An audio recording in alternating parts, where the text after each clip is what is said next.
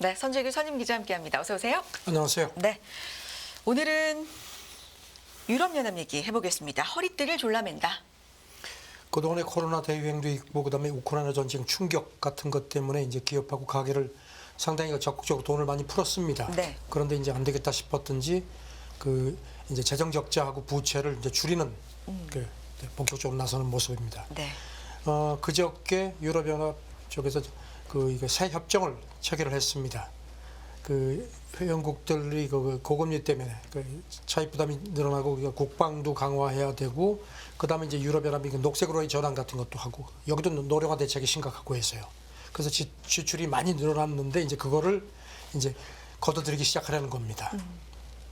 원래 유럽연합은 그 각국의 재정 적자를 GDP의 3%를 이렇게 줄이도록 하는 그런 규정이 있었는데 네. 코로나 때 이거를 좀 일시적으로 유예를 했습니다. 그러니까 이제 그걸 다시 회복하는데 회복하면서 더 강화하기로 좀 하는데 그래도 보면은 그 상당히 그 좀 이렇게 좀 조금 여유 좀 관대한 그런 부분들이 많습니다. 일단 그 재정 적자를 국내 총생산의 그 3%로 줄이도록 하는데 시간을 좀 더 주겠다. 그리고 이제 각국의 그 재정 격차에 대한 어떤 그런 것도 인정을 해주는 거고요. 그다음에 공공부채 줄이는 것도 좀 더 점진적으로 할 수 있도록 허용을 한다고 합니다. 그리고 여기 더해서 좀 불황이 오면은 재정을 일시적으로 완화할 수 있는 그런 여지도 줬고요. 이게 이제 회원국들이 이제 녹색 투자 여력을 좀 부여하려는 그런 목적도 있다는 분석입니다. 네. 이게 회원국 승인을 받아야 되죠? 회원국 승인도 네. 받아야 되고 유럽의회가 또 승인을 해야 되는 절차가 있습니다. 네. 이런 노력들에 대해서 뭐 어떤 평가들이나 얘기들, 의견들 나오고 있습니까? 이렇게 되면 이제 그 절차가 있으니까 한 2025년쯤 이제 구속력을 갖게 될 것 같은데요. 네. 일단 뭐 유럽 채권 투자자들한테는 뭐 영내 공공 재정 지속 가능성을 이제 담보할 수 있는 것 신뢰감을 높이는 효과도 있겠지만 유럽 경제도 지금 영 신통치가 않거든요. 그래서 성장에는 아무래도 걸림돌이 될 수밖에 없다는 관측이고요. 그래도 지금 국제통화기금이 분석하는 걸 보면요.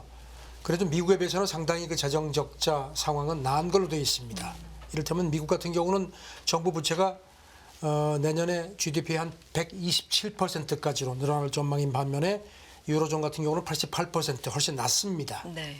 그리고 또 미국은 앞으로 3년 동안 GDP의 한 7%가 넘는 재정 적자가 불가피할 거로 보이는 반면에 유로존은 내년 같은 경우에는 GDP의 2.7% 정도로 오히려 부채율이 조금 줄어들 걸로 그렇게 전망이 됐습니다. 네. 유럽연합 경제 얘기로 시작을 해봤고요. 다음은요. 이 바이든 행정부가 내년 대선을 앞두고 중국 전기차에 대해서 관세 인상을 검토하고 있다고요. 월스트리트저널 보도인데요. 대선을 앞두고선 그 백악관이 좀 이렇게 중국에 대해서 굉장히 특히 무역 부문에서 강경하다는 이미지를 좀 부여하려고 하는 것 같다는 겁니다. 네. 그래서 지금 소식통들 얘기는 백악관이 관련 그 경제 부처들하고 전기차 포함해서 중국 제품 한 3천억 달러어치 우리 돈으로 한 391조 원 정도에 대해서 관세를 인상하는 것을 지금 만지고 있다는 겁니다. 그리고 그 대상에는 전기차뿐만 아니고 태양광 제품하고 전기차 배터리팩, 그러니까 청정 제품을 좀 더 많이 포함한다는 거고 반면에 이제 이렇게 되면 이제 중국이 반발을 하니까 이런 그 청정 에너지 쪽 아닌 전략적으로 중요성이 좀 떨어지는 부분은 관세를 조금 떨어뜨려 가지고 조금 이렇게 물타기 하려는 그런 방안도 검토를 하는 걸로 그렇게 전해졌습니다. 네. 앞서서 말씀해 주신 것처럼 여기에서 기대하는 바는 중국에 대해서 좀 강경하다라는 그렇죠. 이미지인가요? 왜냐하면 지금 저 트럼프가 그 동안에 네. 그 특히 이제 그 바이든 행정부가 이런 그 청정에너지 쪽 이런 드라이브 뭐 전기차 이런 걸 강화 이제 하니까 이제 여기 대해서 노조들이 반발을 하니까요. 이게 결국 중국만 이렇게 하는 거다 이런 식으로 공격을 해왔거든요. 그러니까 이제 우리 그렇지 않다는 거를 이제 부각시키려는 거로 보인다는 겁니다. 바이든도 이 점을 의식했습니다. 지난달 그 전미 자동차 노조 행사에 참석해서 중국이 불공정 무역으로 전기차 시장을 장악하려고 하는데 절대로 그렇게 하도록 놔두지 않겠다 강조를 했습니다. 이런 그 선거 전략 차원이 큰 건데 그 미국 무역 대표부도 그렇고 백악관 국가안보회의도 그 기자들이 물어보니까 입을 다물었습니다. 네. 월스트리트저널 전망은 해당 관세 검토를 내년 초 정도에 마무리하려는 게 목표라고 하는데 사실 이 세금을 뭐 관세를 올린다는 게 이게 사실 뜨거운 감자거든요. 그래서 지금 굉장히 좀 신중하게 만지는 것 같습니다. 네. 어쨌든지 바이든이 다른 것 몰라도 중국에 대한 어떤 무역 이런 부분에 대해서는 강하다는 이미지를 강조를 하려는 것 같다는 분석입니다. 바이든 행정부 얘기를 했는데 이제 트럼프 전 대통령 얘기를 좀 해보죠. 트럼프 지지 세력이 오히려 좀 결집하는 흐름이 있다. 이번에 피선거권 제한 이런 이슈가 있잖아요. 그리고 이제 이런 그 저널 보도에 대해서 이제 중국 외교부 대변인이 어제 브리핑에서 질문이 나오니까요. 네. 안보 명분으로 뭐 전형적인 미국식 보호주의인데 이러지 마라. 그러면서 조치하겠다고 하는데 조금 좀 약간 당황하는 모습인 것 같습니다. 네. 지금 미국 콜로라도주 대법원이 네. 그 지난번 그 미국 의회 그 난동 이거 관련해서 이제 트럼프가 내란을 선동했다는 그런 거 이제 제소가 돼가지고 여기 대해서 내란 선동 이유 이걸 좀 그 긍정적으로 이제 그러니까 여기 대해서 콜로라도주 차원에서 트럼프가 대선 출마하는 걸 제한하는 판결을 내렸습니다. 예, 자격이 없다. 이렇게 되니까 이제 트럼프한테는 충격인데 오히려 공화당 지지자들은 결집하는 모습이라는 겁니다. 지금 아시다시피 아이오와주 그 경선이 1월 15일 이제 공화당 첫 대선 후보 경선으로 이제 열리는데 이런 판결이 나오니까 오히려 트럼프 지지율이 더 올라갈 것 같다는 겁니다. 네. 아시다시피 트럼프는 이미 올 들어서 4차례 기소가 됐죠. 그리고도 뭐 이렇게 사법 리스크가 커지는데도 지지 세력은 오히려 이건 정치적인 탄압이라고 보고 계속 결집해 왔거든요. 그런 맥락에서 지금 이 콜로라도 대법원 판결이 오히려 이런 그 결집을 더 부추기는 효과를 낼 수 있다는 그런 관측입니다. SNS에 트럼프 전 대통령도 뭔가를 메시지를 올렸나 봐요. 그렇죠. 네. 뭐 안 올릴 리가 없죠. 바이든 행정부가 선거 개입한다. 그러면서 나에 대한 모든 가짜 정치 쇼를 중단하라고 거듭 촉구를 했습니다. 그러면서 그 캠프도 지금 선거 자금 모금에 더 박차를 가는 모습이라는 보도고요. 공화당 다른 대선 주자들도 일단은 트럼프를 방어하는 그런 제스처입니다. 론 디센티스도 그렇고 니키 헤일리 전 유엔 대사도 그렇고 이건 사법권 남용이다. 그리고 이런 거는 판사가 아니고 유권자가 판결을 해야 되는 거 아니냐 뭐 이런 식으로 얘기를 하는데 네. 괜히 트럼프 건드렸다가 공화당 내에서 또 역풍 맞을 걸 우려하는 것 같습니다. 민주당 쪽은 민주당도 지금 어때요? 걱정이 네. 많습니다. 아까 말씀드린 것처럼 오히려 역풍을 불러일으킬 수 있다는 그런 걱정들을 많이 합니다. 오바마 그 대선 캠프의 핵심 전략가였죠. 데이비드 엑설로드 X에 글을 올렸는데요. 트럼프가 자기를 그 정치적인 피해자로 부각시켜온 게 지금까지 먹혔는데 콜로라도 대법원 판결도 같은 효과를 낼 걸로 걱정이 된다. 그런 지적을 했고요. 그리고 지금 그 공화당 쪽에서 이런 그 연방 대법원이 이거를 좀 판결을 해달라는 식의 그런 그 제스처를 보였거든요. 그러니까 이제 아시다시피 연방 대법원은 지금 보수 우위 6대 3으로 압도적으로 우위죠. 그리고 또 이 보수 대법관 6명 중에서 3명은 트럼프가 임명을 했거든요. 그래서 아무래도 저쪽으로 더 기울지 않겠느냐는 그런 걱정도 있고요. 그리고 이제 특히 콜로라도 대법원 같은 경우도 대법관이 7명인데 모두 전원 민주당이 임명을 한 케이스입니다. 그런데도 7명 중에서 3명이 이번 판결에 반대를 했거든요. 그러니까 이런 걸 봐서도 연방 대법원에서 트럼프 손을 들어줄 가능성이 높다는 겁니다. 그리고 또 설사 그렇지 않더라도 이게 민주당 쪽에서는 콜로라도 그 대법원 판결이 결코 반가운 게 아니라는 겁니다. 다만 이제 지금 이런 콜로라도 대법원 콜로라도주 케이스 같이 이런 그 의회 난동 관련해서 트럼프가 그 미국 내 25개 주 이상에서 지금 기소가 돼 있어 소송이 진행되고 있거든요. 네. 그러니까 이제 만약에 혹시라도 연방 대법원이 이거를 좀 트럼프 쪽에 불리한 쪽으로 이렇게 유권해서 할 경우에는 이게 나비 효과가 커서 트럼프한테는 치명타가 되겠지만 글쎄 그럴 가능성이 높겠느냐 하는 그런 회의적인 시각들이 많습니다. 여기에 대해서 바이든 대통령의 반응이나 생각은 또 어떨까요? 바이든 그 기자들이 물어보니까요. 네. 그 콜로라도 대법원 판결에 대해서 확실히 내란을 지지했다. 의심의 여지가 없다. 이렇게 밝혔습니다. 그리고 뭐 모든 걸 뭐 자기식으로 다 얘기하고 있다. 이런 얘기를 하면서 이제 다만 트럼프 그 피선거권 제한에 관한 그런 조항 이게 이제 수정헌법 14조 4항에 보면요. 내란에 가담한 경우에는 공직을 맡을 수 없도록 되어 있습니다. 미국은 감옥에 가도 대통령이 출마할 수 있습니다. 그런데 이제 내란의 경우는 이렇게 되어 있는데 이 이제 기자들이 물어보니까 수정헌법 14조 3항의 적용 여부는 그거는 법원이 판단해야 된다. 말을 좀 아꼈습니다. 괜히 또 그 평지풍파 일으킬 것 같아서 말을 좀 아낀 것 같습니다. 또 다른 부분에 대해서도 직격탄을 날렸네요. 예, 그 지금 뭐 트럼프가 무슨 뭐 이민자들의 피가 뭐 미국을 오염시킨다 뭐 이런 얘기 해가지고 막 하니까 네. 여기 대해서 이제 뭐 정면으로 반박을 했습니다. 그리고 미국은 모든 유형의 인재에게 전방적으로 다가갈 때 더 강해진다. 그러니까 이 미국이 이제 다양성을 가진 합중국이라는 점을 강조를 했습니다. 이런 가운데 오늘 새벽 보도를 보니까 바이든 캠프에서요 아주 그냥 트럼프를 히틀러에 아주 대놓고 비판을 하네요.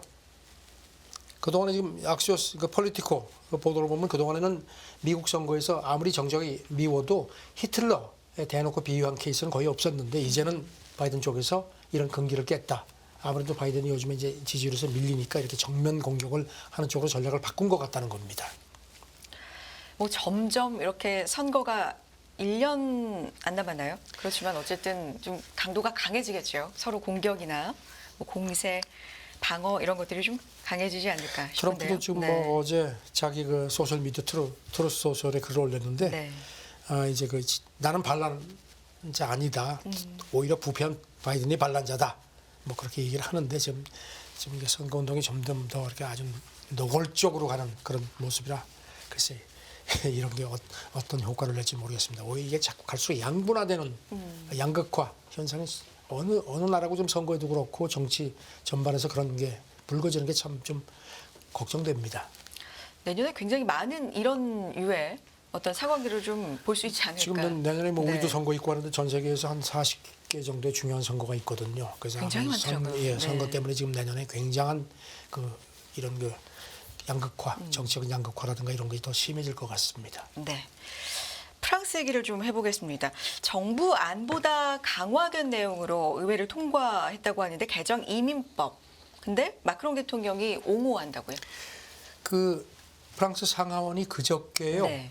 그 개정 이민법을 통과를 시켰습니다. 이게 보면은 이제 그 이민 문턱을 높이고 외국인에 대한 그 사회보장 혜택을 이제 조건도 강화하고 불법 체류자나 범죄를 저지른 외국인을 추방할 수 있는 그런 그 문턱을 낮췄습니다. 네. 근데 이제 이게 지금 논란이 되는 게요. 마크롱 정부가 제시한 안보다 훨씬 강화된 내용이 통과가 됐습니다. 그래서 지금 이제 뭐 시민단체도 그렇고 이거 극우 세력들의 목소리를 그 마크롱이 수용한 거다. 뭐 서로 손잡은 거 아니라 이렇게 비판을 하니까 마크롱이 이제 여기 대해서 안 되겠다 싶었던지 이제 해명을 했습니다. TV에 나와서 절대 그런 거 아니다. 그 불법 이민 규제를 그냥 맹 놓고 있을 수 없어서 우리가 하는데 그렇다고 해서 뭐 이걸 전혀 극우 세력이 주장하는 대로 따라한 건 아니다. 그래서 헌법 일부 개정안에 헌법에 부합하지 않는 조항이 있다고 자기가 보기 때문에 헌법위원회 이게 이제 우리나라 헌재입니다. 심리를 요청할 거라고 이렇게 강조를 했습니다. 네. 마크롱 얘기는 이제 그러면서 이제 한 예로다가 특히 외국인 유학생한테 보증금을 부과하는 내용이 들어가 있는데 이건 자기가 볼 때 문제가 있다고 생각한다. 그러면서 전 세계에서 좋은 인재 학생을 계속 유치해야만 프랑스에 힘이 된다고 자기 생각한다고 강조를 했고요. 그리고 프랑스가 항상 이민자를 뭐 환영하고 앞으로도 그럴 거다 이렇게 강조를 합니다. 네. 이게 지금 개정 이민법 채택에 반발해서 보건장관도 사퇴를 했군요. 네, 보건장관도 사퇴했고요. 네. 그다음에 이제 그 주지사 가운데 32개 주 같은 경우가 좌파가 그 주지사고 거기도 그렇고 이제 파리 시장은 사회당 출신입니다. 그래서 이제 여기서는 이제 파리 시장 같은 경우는요. 개정법이 발효돼도 난 따르지 않겠다. 아주 그냥 노골적으로 선언을 한 상태입니다. 시위도 만만치가 않습니다. 그래서 지금 마크롱이 이제 상당히 골치 아픈데 그래도 일단 밀고 나가겠다는 입장입니다. 자, 다음 얘기 해볼게요. 영국 대법원인데요. AI 특허 받을 수 있다. 그러니까 AI가 특허를 이제 받을 수 있다라는 건가요? 어떤 얘기죠? 인간이 아니기 때문이다. 뭐 이런 얘기인데. 그 한 과학자가 네. 그 자기가 설계한 그 AI 기기를 통해서 이제 발명품 2개를 이제 특허를 내달라고 영국 특허청에다가 이제 특허를 출원하면서 그 발명자가 자기가 아니고 이 AI를 이 기기를 발명자라고 다보스라는 기기인데요. 이게 발명자라고 이제 해서 신청을 하니까 영국 특허청에서 사람이 아니기 때문에 특허를 내줄 수 없다. 그러니까 이 사람이 제소를 했습니다. 특허를 받을 수 없다. 그렇죠. 네. 왜냐하면 사람이 아니기 때문에 특허 대상자가 아니라는 겁니다. 특허를 줄 수가 없다. 그래서 이 사람이 제소해서 1심, 2심 모두에서 졌습니다. 네. 그러니까 이제 영국 대법원에 이제 상 올렸는데 대법원도 역시 안 된다. 사람이 자연인이 아니기 때문에 특허를 줄 수 없다고 그렇게 판결을 했습니다. 어쨌든 뭐 당연한 거 아니야라고 생각하는 분들도 있겠지만 이런 어쨌든 판결을 내려면 이유가 좀 명확하게 그렇죠. 있어야 되는데 뭘 됐습니까? 인간이 아니기 때문에, 그렇죠. 자연인이 아니기 때문에. 영국 대법원 얘기는 네. 영국 특허법에 따라서 발명가는 자연인이어야 한다. 그래서 그렇다고 해서 만장일치로 이 상소를 기각을 했습니다. 여기 대해서 이제 이 과학자 쪽에서 성명을 냈습니다. 이렇게 되면은 AI에 의한 발명 이런가 공개가 위축될 수밖에 없다. 그 현재 있는 그 영국 특허법이 이렇게 하면 영국이 AI라든가 이런 그 혁신의 중심지로 될 수가 없는 거 아니냐 이렇게 반발을 했습니다. 반면에 이제 영국 특허청은 대법원이 AI 창작물 특허에 대해서 명확한 해석을 내려준 점은 일단 환영을 했습니다. 그러면서도 하지만 지금의 특허 시스템이라든가 AI 시대에서 뭔가 조금 미흡한 부분이 있다는 점을 우리도 인정을 하기 때문에 계속 검토하겠다. 약간의 문제가 있음을 시인을 했습니다. 네. 이제는 특허를 받을 수 있다 없다 가지고도 좀 논란이 그러니까요. 계속 되겠네요. 이제 이것도 이제 그 하나의 어떤 그런 논란거리가 될 것 같습니다. 네. AI 관련된 얘기로 또 이어가 볼까요? AI 모델 학습 데이터에서 아동 성학대 사진 1000장이 발견됐다. 이게 무슨 일입니까? 워싱턴 포스트 네. 보도인데요. 이게 지금 영국 스타트업이 운영하는 텍스트를 이미지로 변신하는 AI 모델이 있는데 이게 레이언 OB라는 그런 이제 생성형 모델인데 얘가 이제 데이터 학습을 하지 않습니까? 그런데 그 데이터 학습하는 그 많은 것 중에서 아동 성학대 이미지가 1000장 이상이 발견됐다는 겁니다.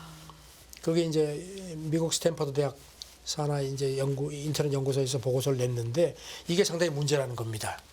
그래서 지금 이제 이것도 이제 그래서 이제 이 회사 쪽에서 뒤늦게 이제 이 이미지를 제거하고 있다고 했는데 이제 그게 어떤 게 문제가 되면은 이제 이쪽 전문가들 얘기는요.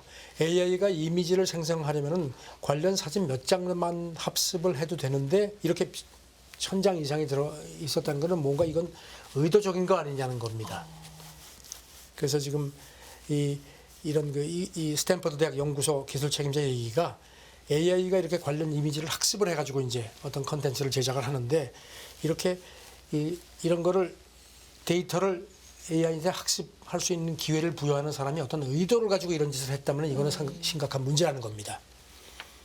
안 그래도 지금 이런 성인 몸에다가 아이 얼굴들 붙이는 이런 불법 이미지 같은 것도 많이 네. 문제가 돼서 있는 판인데 AI가 이런 식으로 공부를 하게 되면은 훨씬 더 쉽고 다양하게 이런 불법 이미지를 창작할 수 있는 능력이 커진다는 겁니다. 그래서 이건 문제다. 그래서 이참에 이런 걸 규제할 수 있는 그런 시스템을 만들어야 되지 않겠냐는 그런 지적을 했습니다. 이걸 가지고 이걸 토대로 또 다른 콘텐츠까지도 그렇죠. 생성이 될 수 있기 때문에 그래서 이제 네. 학습용 콘텐츠를 결국은 그건 이제 인간이 학습을 시키는데 그런데 인간이 어떤 불법적인 악의적인 의도가 들어갈 수 있는 부분이 있다는 겁니다. 이 케이스도 그런 것 중에 하나라고 자기들은 본다는 겁니다. 그렇기 때문에 이거를 규제할 수 있는 AI 데이터 학습을 시키는 그 데이터를 주는 데 대한 규제가 필요하다. 그래서 이번에 이걸 계기로 해서 그걸 공론화시키자는 그런 지적을 했습니다. 그래서 AI가 노골적인 이미지를 생성하는 방법을 학습하지 못하도록 막아야 된다는 겁니다. AI는 계속해서 발전하는 큰 줄기일 텐데 생각할 게 문제가 한두 개가 그렇죠. 아닙니다. 네. 다음 얘기해 보겠습니다. 에르메스 가문의 억만장자 정원사에게 상속을 원한다. 어떤 얘기죠? 5대 손이라고 하는데요. 네. 니콜라스 푸에어라는 올해 이제 80살인데 자식이 없다고 합니다. 그런데 이 사람이 원래는 자기가 그 어떤 자선재단을 만들어서 거기다가 이제 내가 죽으면은 유산을 다 주겠다고 했거든요. 네. 약정을 했는데 이 사람이 마음이 바뀐 겁니다. 보니까 중년 한 50대인 모양인데 정원사하고 오랫동안 이제 생활을 한 모양인데 이 사람이 아마 자기를 극진하게 한 모양이에요. 그래서 이 사람을 아들로 입양을 해가지고 이 사람한테 자기 재산의 한 절반 이상을 상속하려고 하는 절차에 들어갔다는 겁니다. 스위스 신문 매체 보도인데요. 이 사람 재산이 지금 이 사람이 에르메스 지분의 한 5.8% 정도를 갖고 있는데 현 시가로 120억 유로, 우리 돈으로 한 17조 1천억 원 정도. 그러니까 절반 이상이면은 어마어마하죠. 그러니까 이제 재단이 난리가 났습니다. 아, 이거 약속이 틀리지 않습니까? 근데 재단도 뭐 어떻게 할 수 없으니까 뭐 설득을 하겠다고 하는데 저는 뭐 지금 이 푸에라는 사람이 그 에르메스 가문하고도 뭐 법적 소송도 하고 해서 상당히 사이가 좋지가 않다고 합니다. 그리고 아무것도 알려진 게 없다고 합니다. 나타나지도 않고 그냥 사는 곳이 프랑스하고 이탈리아 접경 그 스위스 아프스 스키 리조트 근처에 산다고 합니다. 그런데 뭐 네. 조용히 있다가 갑자기 이런 이제 조치를 취한다는 겁니다. 그래가지고 지금 이쪽 그 스위스에서는 아주 뭐 아주 큰 화제거리인 모양입니다. 그럴만 하네요. 네. 지금 보니까 이 브룸버그가 매년 그 억만장자 순위를 발표하는데 에르메스 이 가문이 전 세계에서 3번째로 부유한 가문인데요. 저는 정원사를 입양을 해서 재산 절반을 주겠다. 저는 굉장히 어떤 면에서는 이 대단한, 정원사이 어떤 네. 사람인지 굉장히 궁금한데 이 정원사도 지금 뭐 의문에 전혀 나타나지 않습니다. 그러게요. 화제가 될만 합니다. 자, 국제뉴스 여기까지 살펴보겠습니다. 선재규 상임 기자 함께했습니다. 고맙습니다. 네, 감사합니다.